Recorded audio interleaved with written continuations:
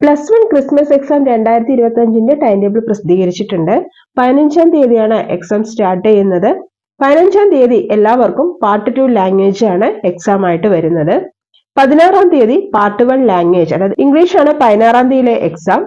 17-ാം തീയതിയിലെ exam സയൻസുകാർക്ക് കെമിസ്ട്രിയും അതേപോലെ തന്നെ ഹ്യൂമാനിറ്റീസുകാർക്ക് ഹിസ്റ്ററിയും കൊമേഴ്സുകാർക്ക് ബിസിനസ് സ്റ്റഡീസുമാണ് 17-ാം തീയതിയിലെ എക്സാം. 17-ാം തീയതി സയൻസുകാർക്ക് കെമിസ്ട്രി, ഹ്യൂമാനിറ്റീസുകാർക്ക് ഹിസ്റ്ററി, കൊമേഴ്സുകാർക്ക് ബിസിനസ് സ്റ്റഡീസ്. 18-ാം തീയതി ജോഗ്രഫി ഉണ്ട് എക്സാം ആയിട്ട്. അതേപോലെ തന്നെ കൊമേഴ്സുകാർക്ക് അക്കൗണ്ടൻസിയും എക്സാം ഉണ്ട്. 19-ാം തീയതി എക്കണോമിക്സ് ആണ് വരുന്നത്. 20-ാം തീയതി മാത്തമാറ്റിക്സ് ആണ്. 20-ാം തീയതി മാത്തമാറ്റിക്സ് ആണ് എക്സാം ഉള്ളത്.